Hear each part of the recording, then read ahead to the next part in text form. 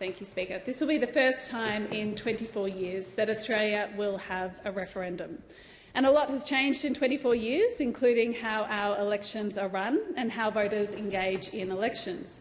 It is important that Australians continue to have an electoral system that is modern and that meets our current day needs. The bill referred to our committee for consideration does this work. It modernises the way referendums are run so that this year, when Australians go to vote, they'll have a voting experience very similar to last year's federal election, including early voting centres and postal voting, a timely count of ballots and transparency when it comes to authorisation of campaign materials, the financial disclosure and foreign donations framework and matching measures in the Electoral Act. In conducting its work, the committee received submissions from members of the public, constitutional and legal experts, Aboriginal and Torres Strait Islander representative groups and others. I thank them all. The committee heard that there was important ability in holding this referendum for us to update the experience of voters and bring it into line with their experience voting in a federal election. The AEC told us that essentially this means that when people go to vote, their experience will be very similar to what it was on election day.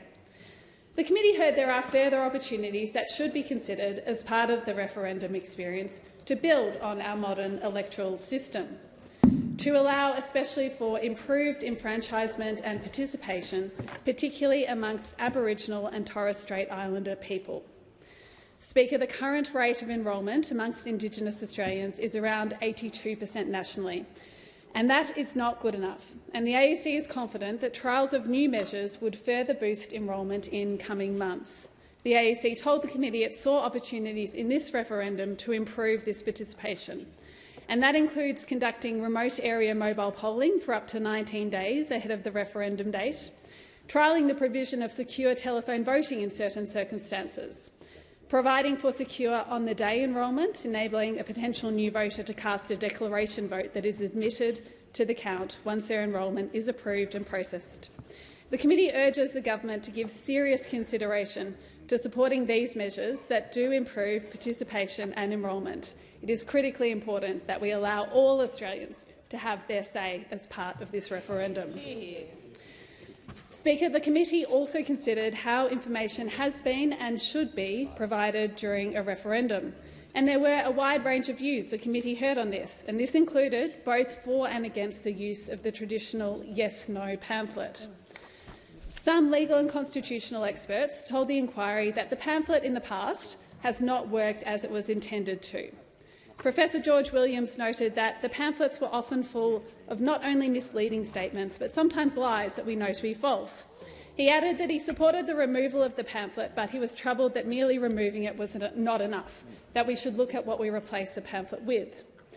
Professor Anne Twomey said that such pamphlets have previously been used to provide community with emotive, misleading and inaccurate statements. She said she wouldn't mourn the loss of the yes or no case, but again she stressed there was a need for something substantial to replace it. Others stated that the pamphlet remains a valuable document for voters, providing them with views of their elected representatives. The Australian Human Rights Commission said the pamphlet was an official source of information that summarises the key arguments for and against. And the Central Land Council expressed concern that without a physical pamphlet, older people and those in remote communities might feel that they didn't have reliable access to information. While views on the pamphlet varied, there was widespread agreement about the need for information to educate and inform voters about the referendum and help them make up their minds. And that's why the committee recommends the government considers how best it can ensure all Australians are provided clear, factual and impartial information as part of the referendum.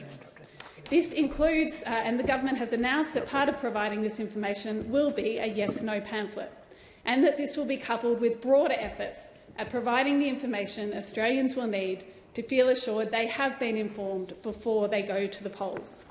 With these considerations and recommendations in mind, the committee supports the passage of the bill.